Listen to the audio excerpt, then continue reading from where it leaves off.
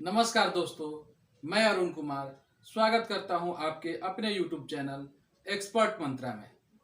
पिछले वीडियो में हम लोगों ने त्रिघात बहुपद के शून्यकों तथा उनके गुणांकों के बीच संबंधों के बारे में जाना था तथा उससे जुड़े कुछ प्रश्नों को हल भी किया था।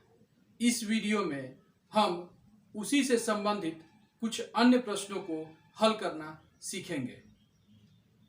तो चलिए शुरू करते हैं। चलिए देखते हैं पहला प्रश्न क्या है। पहला प्रश्न है, ऐसा त्रिघात बहुपद ज्ञात कीजिए जिसके शून्यक 2, -3 तथा 4 हो। हम लोगों ने पिछले वीडियो में यह पढ़ा था कि यदि अल्फा, बीटा तथा गामा किसी त्रिघात बहुपद के शून्यक हों तो अभिष्ट बहुपद x³ minus alpha plus beta plus gamma, यानी अगर अल्फा बीटा गामा किसी त्रिघात बहुपद के शून्यक हो तो अभिष्ट त्रिघात बहुपद x³ minus alpha plus beta plus gamma x² plus alpha beta plus beta gamma plus gamma alpha x minus alpha into beta into gamma होता है। तो सबसे पहले हम क्या करते हैं कि alpha plus beta plus gamma का वैल्यू, यानी इस टर्म का वैल्यू, उसके बाद इस टर्म का वैल्यू और तब इस टर्म का वैल्यू निकाल लेते हैं। तब जो है इसमें हम लोग उन वैल्यूज को रख देंगे।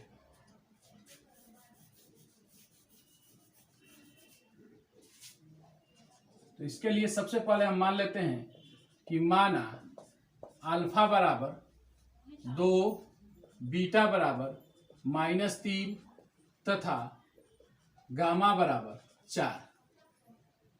इसलिए alpha plus beta plus gamma बराबर 2, -3 और प्लस 4, यानी 4 2 6 में से 3 घटेगा 3 हो गया। उसके बाद alpha beta plus beta gamma plus gamma alpha बराबर हो जाएगा 2 में -3 से गुना करेंगे तो -6।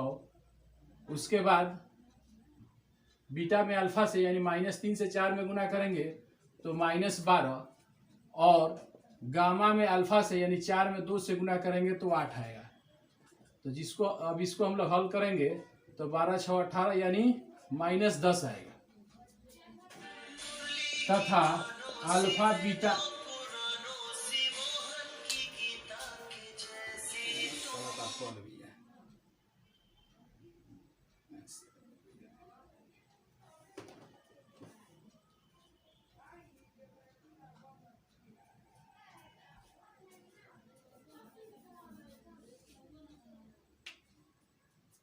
तथा अल्फा बीटा गामा बराबर हो जाएगा 2 गुना -3 गुना 4 बराबर 4 3 12 12 दूनी का 24 -24 हो जाएगा। तो अतः अभिष्ट द्विघात त्रिघात अभिष्ट त्रिघात बहुपद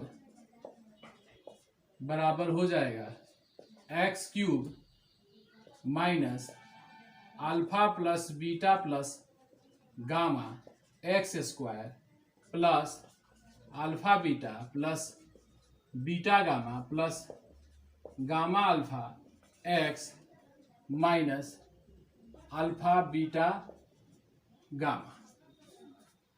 अब हम लोग इसमें जो तीनों हम लोग वैल्यूज निकाले हैं इसमें रख देंगे, यानी x³ minus alpha plus beta plus gamma का वैल्यू क्या आया है 3, तो 3x² plus alpha beta beta gamma plus gamma alpha का वैल्यू आया है -10, तो -10x minus alpha beta gamma का वैल्यू है -24, तो -24 हम लिख देंगे यहाँ पर।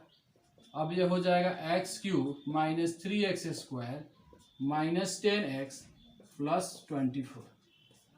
तो इस प्रकार यह अभिष्ट त्रिघात बहुपद हुआ जिसके शून्यक 2, -3 तथा 4 हैं। अब चलिए देखते हैं कि अगला क्वेश्चन क्या है। दूसरा प्रश्न है, ऐसा त्रिघात बहुपद ज्ञात कीजिए जिसके शून्यकों का योगफल 5, दो शून्यकों के गुणनफल का योग -2 तथा तीनों शून्यकों का गुणनफल -24 हो। तो यहां पर दिया हुआ है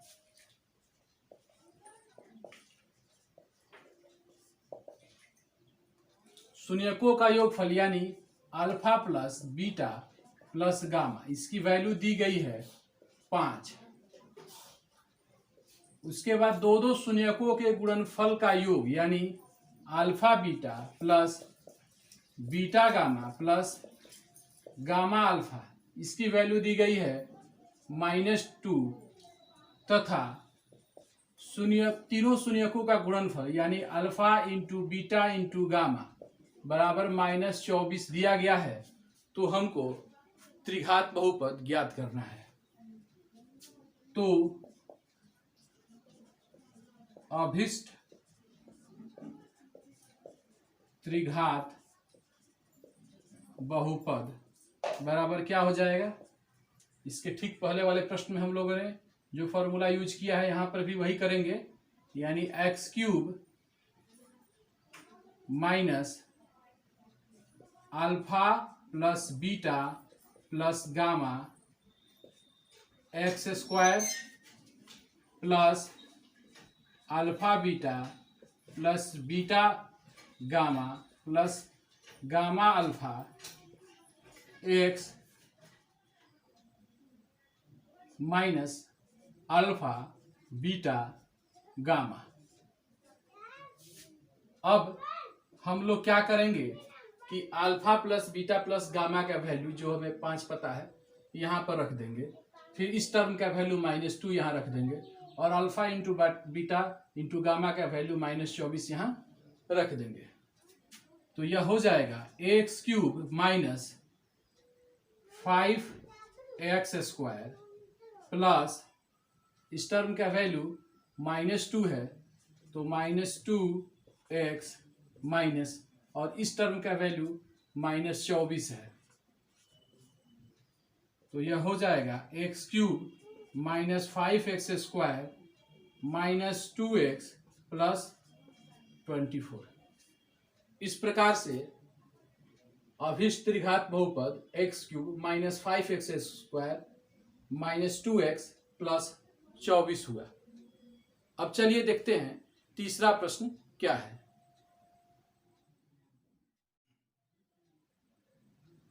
तीसरा प्रश्न है, यदि बहुपद x³ plus 2x² minus 11x minus 12 का एक शून्यक -1 हो तो इसके सभी शून्यक ज्ञात कीजिए। यानी एक शून्यक तो दिया हुआ है, हमें अन्य 2 शून्यक, चूंकि यह त्रिघात बहुपद है तो 3 शून्यक होंगे, एक शून्यक दिया हुआ है, दूसरा शून्यक हमें निकालना है। तो इसके लिए हमें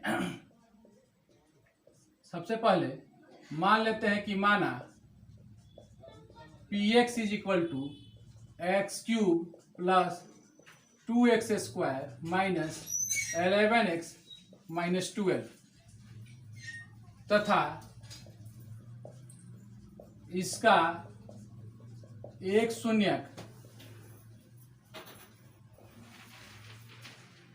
-1 है। इसलिए जब इस बहुपद का एक शून्यक -1 है, इसका मतलब कि x + 1 इस दिए गए बहुपद का एक गुणनखंड होगा। तो इसलिए x + 1 दिए गए बहुपद px का एक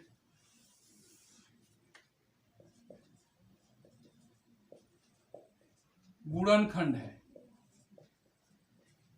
तो जब x + 1 दिए गए बहुपद का एक गुणनखंड है। इसका मतलब क्या हुआ कि अगर x + 1 से इस बहुपद में हम लोग भाग करें तो पूरा पूरा कट जाएगा। तो हम लोग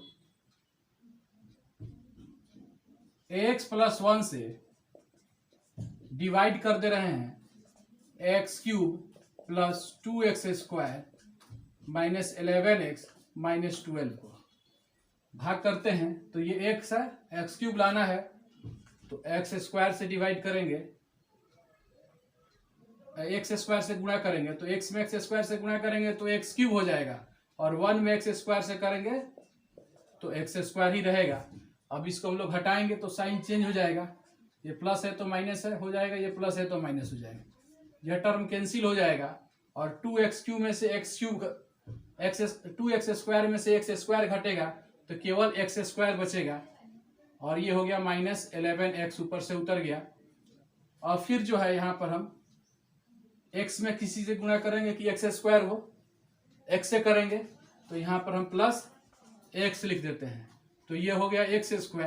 अब हम 1 से भी x में मल्टीप्लाई करेंगे तो प्लस x हो जाएगा, और फिर इसको घटाएंगे तो ये माइनस, ये भी माइनस हो जाएगा, तो ये कैंसिल हो गया ये टर्म, और ये हो गया -11x और -x, -12x हो गया, तो -12x, और ऊपर से -12 यहाँ आ गया। अब हमको x में किसी से मल्टीप्लाई करें कि -12x हो जाए, तो -12 से, तो जब -12 से मल्टीप्लाई करेंगे तो ये -12x हो जाएगा, और 1 को -12 से मल्टीप्लाई करेंगे तो -12 हो जाएगा। अब जब इसको घटाएंगे तो साइन चेंज हो जाएगा और यह दोनों ही टर्म कट जाएगा। इसका मतलब ये फुली डिविजिबल हो गया, पूर्ण रूप से विभाजित हो गया। अब हम लिख सकते हैं कि अतः अब ये चूंकि भाज्य है तो भाज्य बराबर भाजक गुना भागफल प्लस शेषफल, तो भाज्य बराबर यानी x³ + 2x² - 11x - 12 बराबर भाज्य बराबर भाजक गुना भागफल, यानी इतना इंटू इतना, यानी x + 1 इंटू x² + x - 12 लिख सकते हैं। अब प्लस शेषफल, तो शेषफल तो 0 है तो उसको लिखने की कोई जरूरत नहीं है, यानी यह जो है यह बहुपद है, इन दो पदों के गुणनफल के बराबर होगा। तो अब इसको हम लोग x + 1 और इसका फिर हम लोग गुणनखंड कर दे रहे हैं। इसका गुणनखंडन करने पर यह हो जाएगा x² + 4 × 12 यानी 4x - 3x - 2x। अब यह इसको हम लोग इस प्रकार से लिख सकते हैं x + 1 इंटू, यहां से अगर हम लोग x को कॉमन ले लेते हैं तो ये हो जाएगा x + 4, और इन दोनों टर्मों में से अगर हम 3 को कॉमन लेते हैं तो यहां बचेगा x + 4। अब इसको लिख सकते हैं हम x + 1 into x + 4 into x + 3। इसका मतलब यह हो गया कि यह जो है बहुपद, यह त्रिघात बहुपद इन तीन पदों के गुणनफल के बराबर है। इसका मतलब हम लिख सकते हैं, अब चूंकि हमको इसका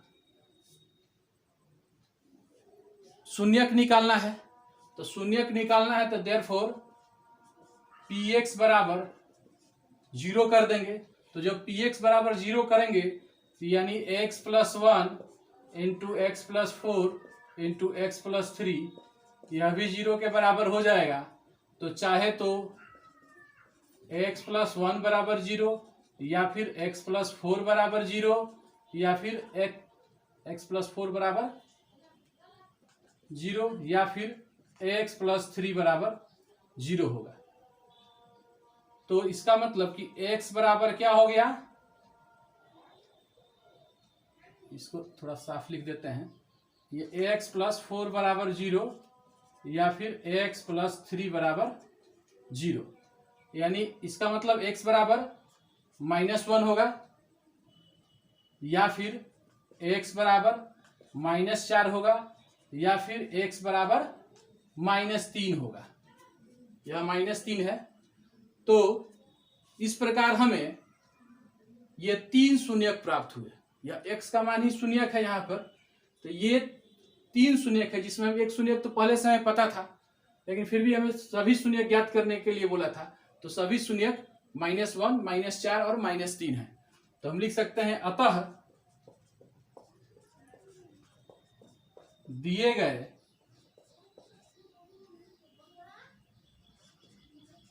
गए बहुपद px के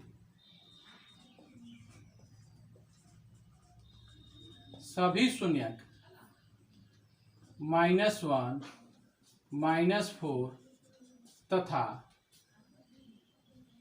-3 है।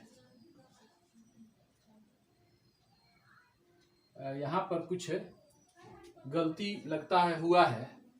जब यहाँ पर हम लोग -3 कॉमन लेंगे ना, यह -3 होगा, यहाँ पर -3 होगा, तब यह x + 4 होगा। ये -3 है, यहाँ पर भी यह -3 होगा, यह भी -3 होगा।